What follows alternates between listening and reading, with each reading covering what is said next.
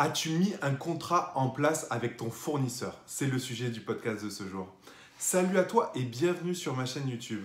Sujet assez important parce que c'est quelque chose que je ne faisais pas forcément et je me suis retrouvé en galère avec un fournisseur et du coup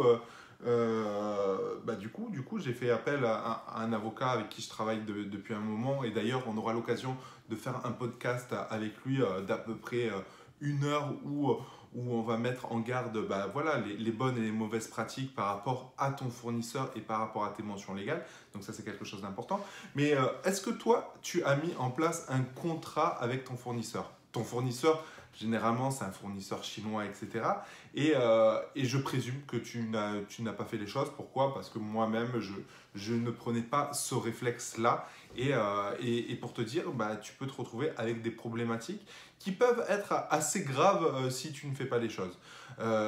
Du coup, quelques exemples concrets.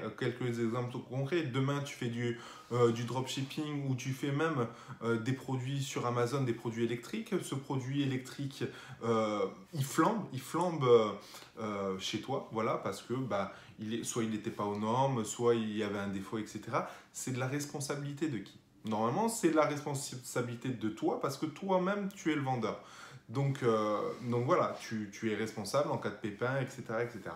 Mais du coup, est-ce que toi, vis-à-vis de ton fournisseur, tu peux te retourner?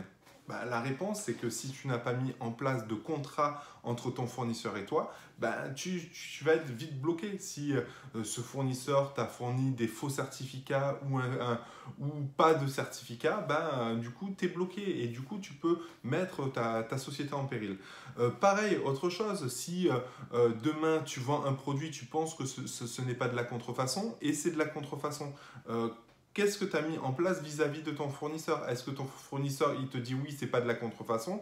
Ok, mais est-ce que tu as établi un contrat avec lui juste pour voilà, confirmer que ce n'est pas de la contrefaçon? Comme ça, en cas de problème, tu n'es pas responsable et tu es couvert.